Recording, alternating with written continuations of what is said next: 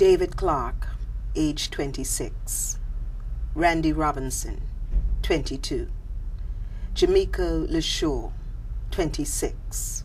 Colford Ferguson, age 29. Do you recognize those names? You should. They are the names of murder victims, young men who have been gunned down on our streets this year. Hello, and thank you for joining me. I offer no apologies for starting off this televised address to the people of Bermuda, my first since taking office as Premier, with a shocking list of our gun crime victims. I promise I will end on a less somber note. But as I reflected on the subjects and issues that I wanted to discuss today, as I thought about how important it was for this message to be perceived as a reality check, I concluded that anything short of a no-nonsense report on the real state of our nation would be an insult to you. Like you, I am shocked and saddened that our young men are being slaughtered at the rate this year of one a month. Like you, I am outraged at this senseless violence. I can only pray that their deaths were not in vain, and that, in some way, these tragedies and the pain and suffering they leave in their wake will help bring about a realization that Bermuda is in urgent need of help. In a moment, I will say more about the kind of help I believe is necessary. But first, let me state clearly and for the record that my two most critical concerns are the safety and financial health of our society. Not the next election, not my personal standing in the approval polls, not ministerial salaries, not any of a number of otherwise very worthy government programs, each one important in its own right. I was elected party leader and sworn in as Premier, not because I was the only candidate with the ability to lead the government. There are many of our government MPs capable of doing that. I was elected leader because of my work ethic, my unswerving focus on integrity, and because I was considered the leader most likely to ensure that your government delivers on its promises and fixes the issues that matter most to the people of Bermuda.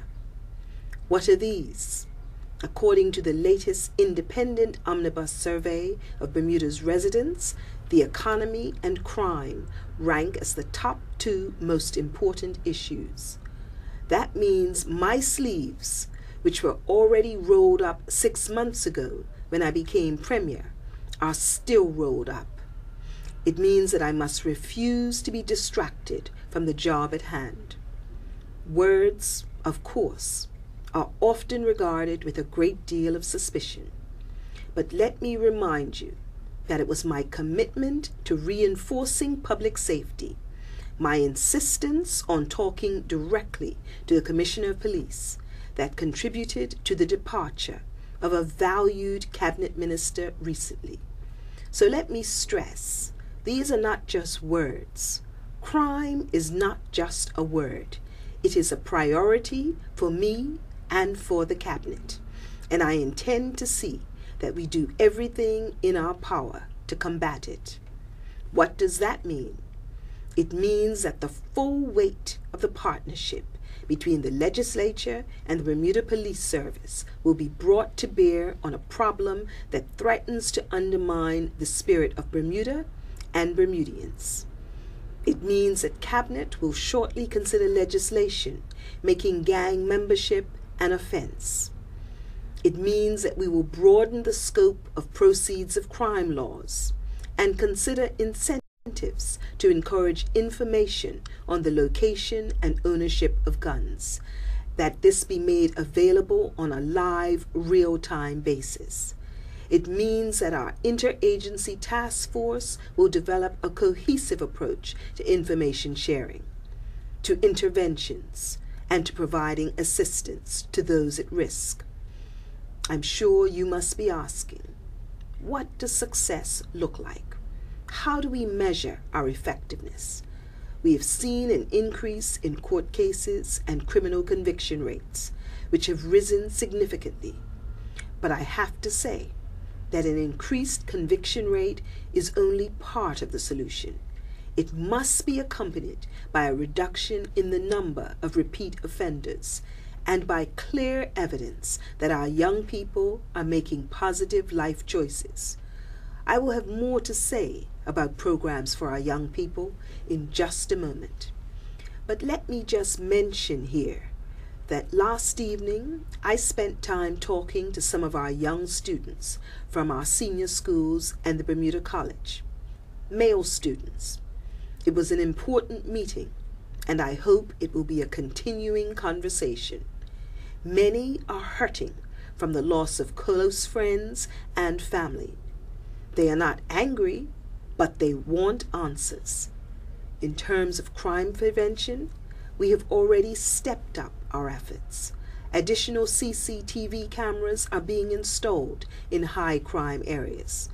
A new X-ray scanner is being placed in Hamilton docks to help detect contraband, such as guns and drugs hidden in containers. Another factor that has an indirect bearing on this subject is that of police pay and benefits. With the recent successful conclusion of long-running pay talks, the men and women of our police service have been able to put salary issues behind them. Perhaps as a combined result of these and other factors, not the least of which is the dedication and commitment of our police service, latest surveys indicate that residents are now significantly more confident in the ability of the police to solve drug and gang-related crimes than they were in 2008. More recently, I have appointed former Assistant Police Commissioner and House of Assembly Deputy Speaker Wayne Parentchief as Minister of National Security, and former Police Commissioner Jonathan Smith as Junior Minister of National Security. Two former policemen dealing with issues and situations that they understand better than most of us. A moment ago, I observed that Bermuda is in need of help. Not the kind we can purchase, such as CCTV or X-ray machines. The help I'm referring to is help from within. It's up to us as a nation to do everything we can to assist the police and other agencies to help take back our community, not sit back and watch it perish. This land is our land, Bermuda. If you ask me who is responsible for fixing our crime problem, the answer is we all are. We all have a part to play. I promised you a no-nonsense report, but I also want to give you some hope for our economy. Not the false kind that comes from the spin doctors, but the solid kind that is founded on reality. It is still too early to talk confidently about a recovery. There are still too many variables, too many unknowns that could impact our economy. Energy prices, for example, are, as always, extremely volatile and unpredictable and could reignite inflation. Our construction sector remains weak, and unemployment is still in the region of at least 5%. Our Department of Labor and Training has been inundated with Bermudians looking for jobs. Job fairs have been oversubscribed to an extent previously unseen. How are we responding? There are several initiatives underway that will help stimulate job creation, and over the coming weeks you'll see various press announcements covering these measures. By far, the most innovative is a plan to reallocate a portion of already budgeted funds in support of a program to provide Bermudians with short-term employment opportunities. This would take the form of summer work for unemployed youth and for older unemployed persons. The aim is definitely workfare, not welfare. This is an important distinction. the development of effective welfare-to-work services give our people the skills and confidence they need to secure a job and sustain employment. To be effective, this type of workfare reform must be developed in a mutually supportive way, so that the right support is in place to address the barriers that people face along the pathway to employment. Part of the objective is to supplement summer employment for our students, and I think it's worth reminding everyone that apprenticeships carry a 0 rate of payroll tax. The program will also aim to create jobs for the unemployed by generating small works projects relative to government estates. Unemployed persons interested in these opportunities will first need to register at the Department of Labor and Training office. Also, as part of an outreach effort for this program, the government will be taking sign-up road shows out to the community and sporting clubs and working with the parish councils. This will reflect a joined-up partnership between relevant ministries, government estates and information services, public works, economy, trade and industry, youth, families, sports and community development, and the Minister of Without Portfolio and the National Youth Council. The program also incorporates elements of the recommendations emanating from the Mincy Report. On a smaller scale, we are also finalizing plans for a 4 to 6 month horticultural training and certification program, soon to be introduced by the Ministry of Public Works, with the aim of training a small number of locals each year.